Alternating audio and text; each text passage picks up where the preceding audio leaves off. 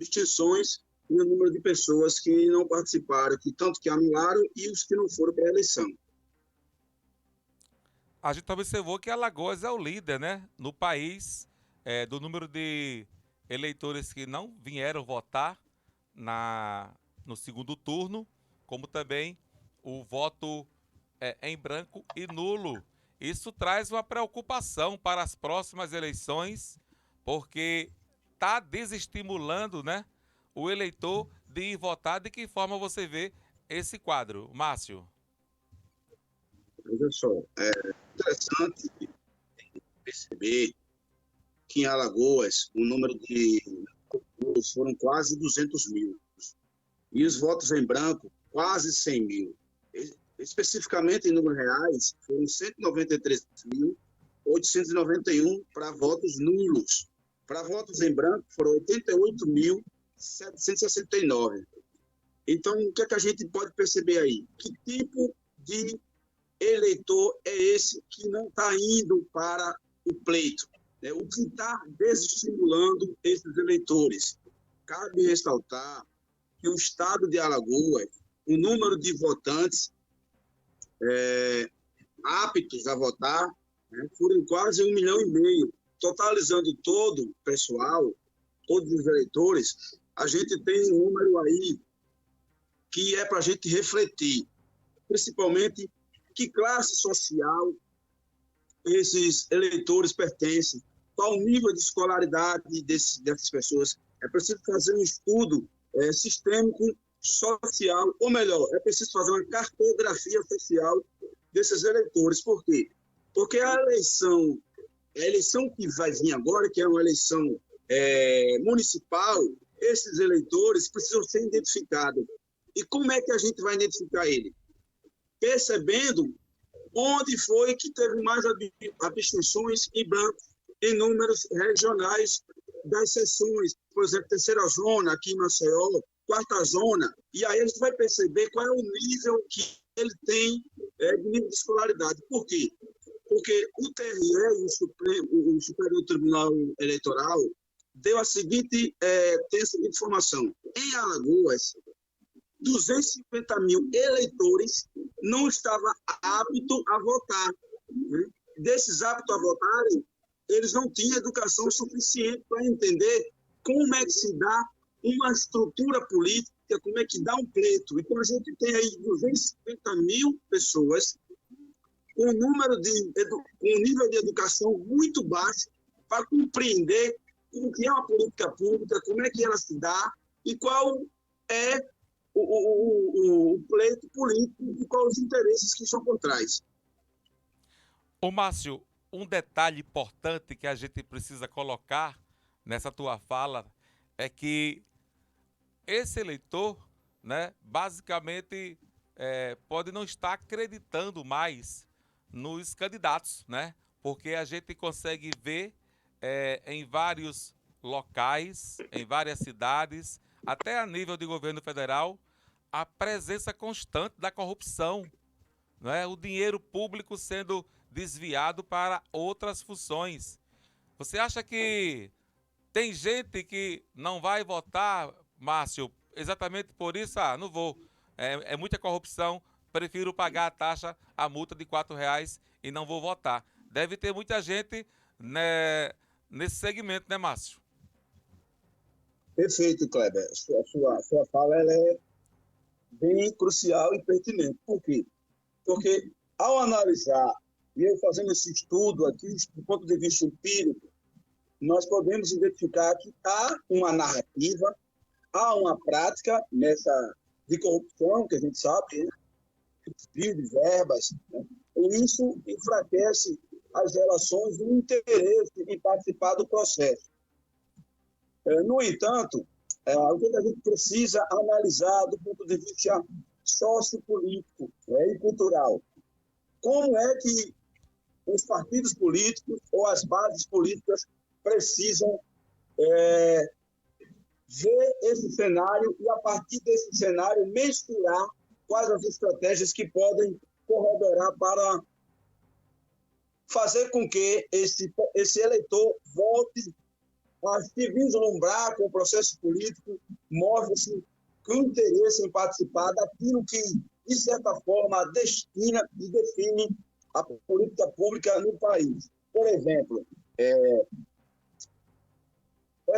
tornar transparente o processo político, tornar transparente as contas públicas, as bases políticas lá no local, né, nas comunidades. E aqui eu vou fazer um recorte de União Tomás, que é uma cidade estrategicamente bem localizada, mas ela precisa evoluir do ponto de vista socioeconômico. Por quê? Porque não existe crescimento econômico sem desenvolvimento social. Não existe. Os dois precisam já atrelados, eles andam imbricados. Na ausência de um ou de outro, dá justamente o desinteresse por parte daquelas pessoas que estão justamente no contexto de desenvolvimento social. Quando há um problema de corrupção, logo essa corrupção está atrelada a uma política pública que está ligada a uma deficiência social. E aí, a comunidade que está menos assistida, ela vai olhar para essa lacuna e dizer, não me interessa porque não está chegando a mim, não me interessa porque não está chegando a alguém da minha família. E aí é esse contexto que precisa ser entendido e, a partir daí, desenvolver ações e atividades que possam fazer com que as pessoas que estão na comunidade, né, comunidade rural, né, os vulneráveis sociais, que são os negros, as mulheres, os deficientes, as comunidades LGBTI+. Então, a gente tem essas questões que precisam ser resolvidas a partir de quê? De um olhar mais clínico dessa realidade social e, a partir daí, como eu disse nos bastidores, conversando com o Ricardo, é necessário fazer um estudo cartográfico dessa lacuna, sobretudo no pleito alagoano, porque o estado de Alagoas é um estado muito rico, né, do ponto de vista de riquezas naturais, do ponto de vista socioeconômico, né, mas ele precisa descentralizar a atividade econômica para fazer com que ela possa chegar aos sujeitos menos abastados. Estou conversando com Márcio Adriano, mestre em Ciência da Informação.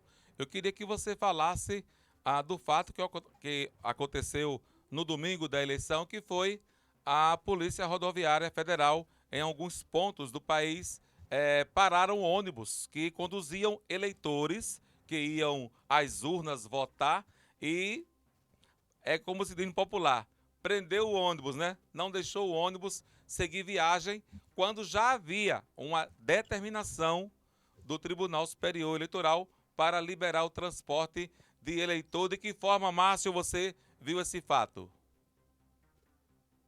Esse acontecimento, ele ficou nas redes sociais. Eu sou do Sindicato de Advogados e também faço parte do Sindicato do Estado de São Paulo, o Sindiesp, né, um dos maiores sindicatos do Brasil, e começaram a pipocar nas redes sociais essas ações e atividades da PRF, né, sobretudo na região Nordeste. Eu preciso deixar claro que isso aconteceu na região Nordeste, alguns fatos no Rio de Janeiro, especificamente ali na Baía de Guanabara e na Ponte de Niterói. Aqui em Alagoas, esse fato eu não pude só ver pelas redes sociais, mas comprovar presencialmente. Eu saí de Satuba, né, sentido Maceió, pela região sudeste, pelo polo, e a PRF estava lá, ali mesmo, né, fazendo blitz. Né. No momento em que eu passei, tinha uma viatura, e os policiais da PRF lá, tinha um carro parado, eu não lembro qual era o carro que tinha, mas tinha carro parado. Nesse momento não tinha nenhum ônibus, mas tinha um carro parado, o pessoal estava orientando. Os relatos que pipocaram nas redes sociais, sobretudo no Twitter, e vídeos também postados, né, no Twitter, que essas blitz foram usadas somente por eleitores do presidente eleito. Né. Essa narrativa e há vídeos sobre isso. O que é que isso nos traz do ponto de vista crítico? O uso da máquina pública e das instituições públicas com interesse, enfim, provavelmente no pleito. O ministro Alexandre de Moraes disse que não houve nenhum problema no pleito, no resultado, mas eu acredito que houve algum empecilho, sim, porque isso já provocou uma certa dificuldade na ida do eleitor às urnas, do deslocamento de uma cidade para outra. Isso é muito preocupante, porque a gente vive, ou deveria viver, um Estado democrático de direito, onde as instituições públicas não é uma instituição de governo, é uma instituição de Estado, não pertence ao governo. E é isso que tem que ficar claro. As instituições e quem está dirigindo elas precisam se atentar que eles prestam um serviço para a nação e não para um determinado governo. É isso que está claro. Márcio, muito obrigado pela sua participação aqui no programa Hora do Alagoano. Foi um prazer conversar contigo. Eu espero que a gente possa em breve voltar também a falar aqui no programa. Receba o nosso abraço. Obrigado pela sua participação e em breve estaremos mais uma vez batendo um papo sobre outros temas. Ok, Márcio? Tranquilo, eu agradeço a oportunidade. Né? O programa ele é e a gente, comunicador, do programa Hora do Alagoano, é interessante a gente dialogar e perceber que dentro de um país com dimensões continentais, o que deve ser privilegiado é sempre o Estado democrático de direito e as instituições precisam atender os interesses da sociedade como um todo. Isso tem que estar claro. Ok, muito bem, conversamos com o Márcio Adriano, ele é mestre em Ciências da Informação aqui no programa Hora do Alagoano.